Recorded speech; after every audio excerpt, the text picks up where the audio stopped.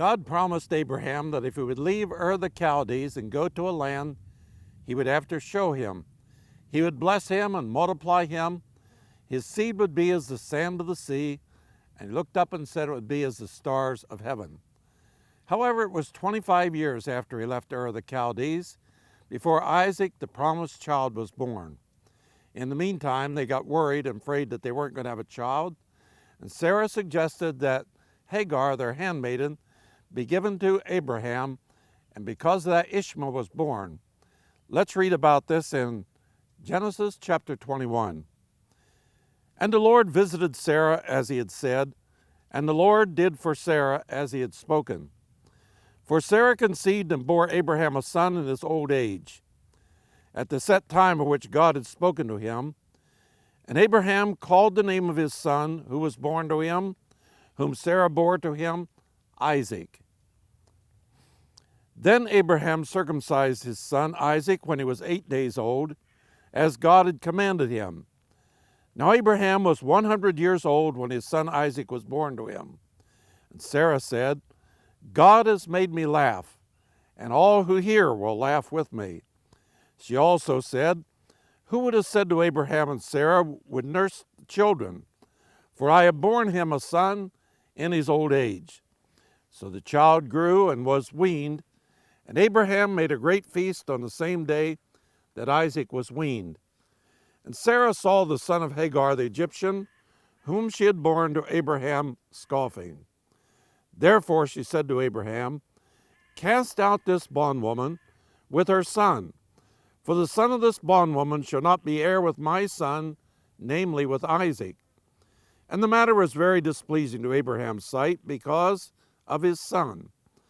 But God said to Abraham, do not let it be displeasing in your sight because of the lad or because of your bondwoman. Whatever Sarah has said to you, listen to her voice, for in Isaac shall your seed be called. Yet I will also make a nation the son of the bondwoman, because he is your seed. So God fulfilled his promise in giving Abraham a son through Sarah his wife, and they called his name Isaac, and Isaac is to be the promised child.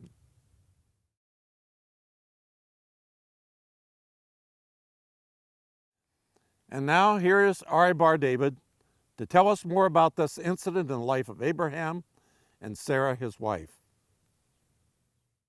2 times in Genesis, Abraham gets rid of Hagar, and Hagar found herself at the end meeting the Lord, the angel of the Lord, and also finding water.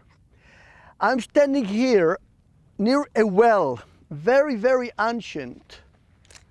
This is one of couple of wells. This is called Aaron's well, and just behind me, another well which is called Moses' well. We are very close to Kadesh Barnea, which is on the west side of me. And the road from Kadesh Barnea was leading all the way straight to Beersheba. We read that she ran away from her mistress. Now Hagar was originally Egyptian, so she knew if she's running, she will try to run back to Egypt, to the place that she has a family that loves her. So first time she left Beersheba, and she was a little bit walking to the south, and she totally lost the way. She was found in the desert, totally alone. Now, we have to understand that she was not yet with a child. She was pregnant, it's right. That's why Sarah was so angry about the situation. Let's remember that Sarah asked Abraham to take her mistress and try to have a child from her. But the problem was that when Hagar felt the baby inside, she started feeling that she is superior on Sarah.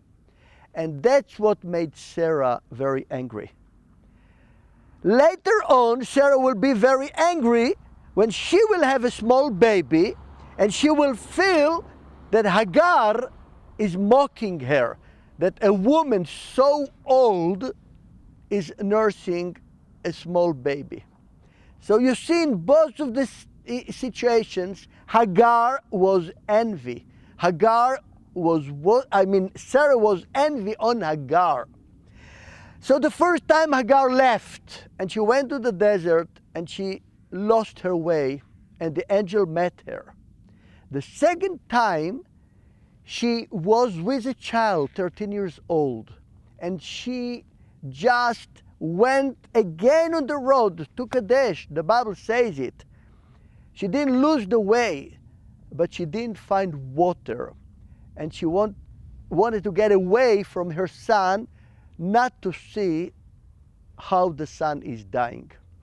I want to explain a little bit more. To have a well, to find a well in the desert, these waters are under the ground. They are on very high under level water. And the moment you dig well like this, you get a lot of water. So much water that, look, all these trees around me, all these tamarisk are just fed with the water of this well. And this is only one of two wells. These two wells are called Berotaim, which means double well. And the Bible mentions a place like this in Deuteronomy chapter 10 in verse 6. There it says that the children of Israel left and they moved. The children of Israel journeyed from the wells of Bene Yaakan, the wells, in Hebrew Berotaim, and there Aaron died and was buried. So there are some that believe that these wells are belonging to those two wells where Aaron died short time after this. So this is one part that I wanted to notice. I want another thing. All the fight between the Philistines and the people, the Israelites, or those in those days, are actually the people of Abraham and of Isaac. It was around wells like this. Why? You can understand now, looking around me, you understand why they was fighting. The moment you find a well like this, all the area gets green around the well. Green, people are settling here and it becomes a territory. So the moment Isaac dug and found well, it meant that here around this well is going to build a village.